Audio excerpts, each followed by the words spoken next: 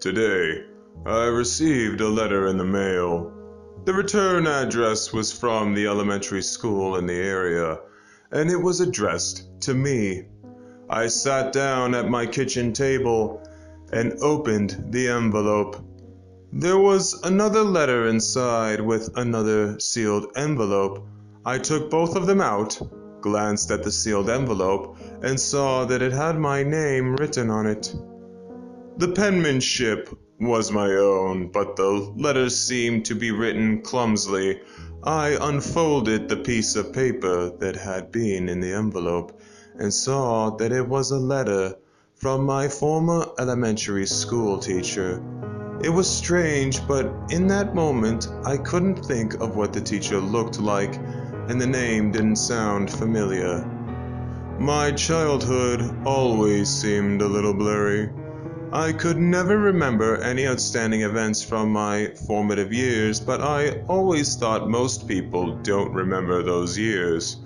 I read over the letter from my elementary school teacher, and it said that the envelope was a writing assignment from the 4th grade. Everyone had to write a letter to their future selves, and the teacher would mail it after 10 years had passed. I picked up the sealed envelope and tore it open, excited to find out what I had said to myself. Dear future me, hi, how are you? I'm doing okay here. School is so boring. I cannot wait to go home and watch Spider-Man, Batman, and Superman on TV. Spider-Man is the best. I hate when Sailor Moon comes on. Stupid girls show. But that's okay, because we go outside and play until Superman comes on. I hope you are happy, and remember to keep the secret from Mommy, or she will be really mad. She was so mad when she found the Batman treasure. Daddy was really mad too. Thank God I put them in different places. I don't want to go to the camp place, but Mommy and Daddy say it's okay. It's only for the summer vacation. I think they are lying. I heard them at night talking about moving away because of the treasures. In case we move, I drew you a map of the backyard so you can be like Batman and find the treasures when you can drive.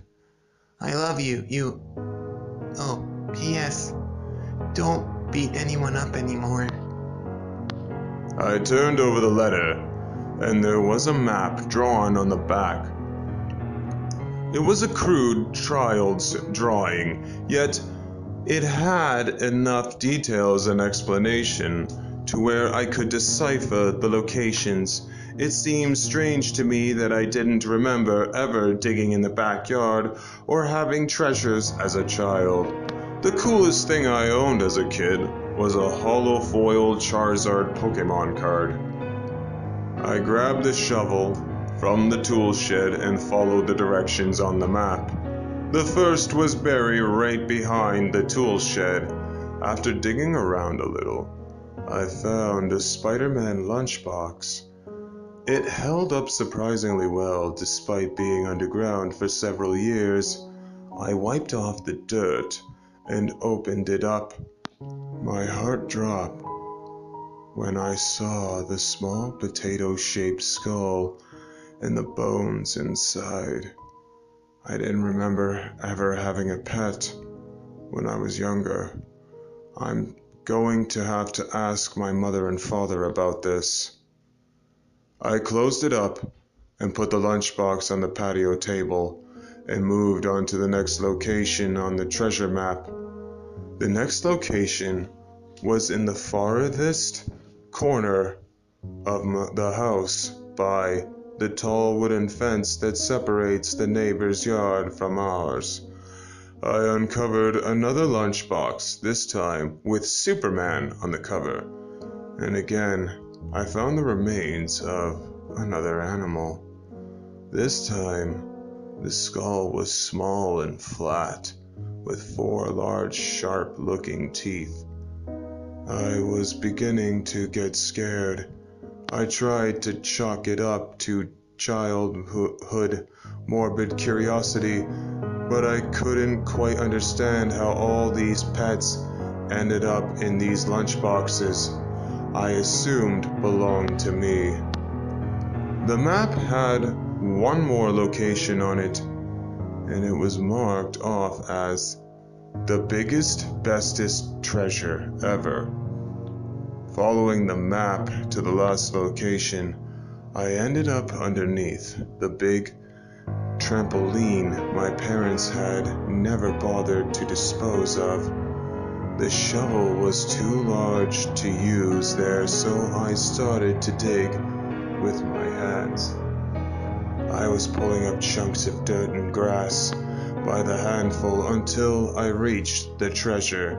The first object I pulled from the dirt was a dog tag with the information for Becky, who had belonged to the Ramseys, 2 houses away from mine. Right next to the dog tag was another tag for a pet named Jellybean, also from around my neighborhood. My hands and fingers were hurting by the time I reached another lunchbox. I wiped off the dirt from it, and it was a Sailor Moon lunchbox. An overwhelming feeling of apprehension came over me, but I had already come too far to stop. I opened it up, and I found a bunch of Sailor Moon school supplies. I was beyond relieved. It was only school supplies. I put the lunchbox to the side and decided I was done chasing around the crap my 10-year-old self wanted me to have. I was about to start placing the dirt back into the hole when I lost my balance. I reached out into the hole to break my fall, and I found another object. In my rush to open the lunchbox, I hadn't noticed the small human skull that was now in my hand. I let out half a yell, moan, and backed away from it as if it was going to kill me. Panicking, I crawled backwards out from underneath the trampoline when I suddenly hit something hard with my back. I fell onto my back and saw my father standing over me. Looking down, I looked over at the patio table and saw my mother looking at the lunchboxes. My dad reached out and helped me up from the ground. I pointed towards the hole as tears welled up in my eyes. My dad held his hand up to stop me from speaking and said, "Shh. We need to have a talk." If you enjoyed this and would like to hear more stories like these, please go to www.youtube.com/thevoiceofnightmares. Don't forget to give my video a like, leave a comment, and subscribe for more content. Also, you can follow me now on social media sites such as Twitter, Mrcreepypasta Amino, Creepypasta Amino, Creepypasta Wiki, and Instagram.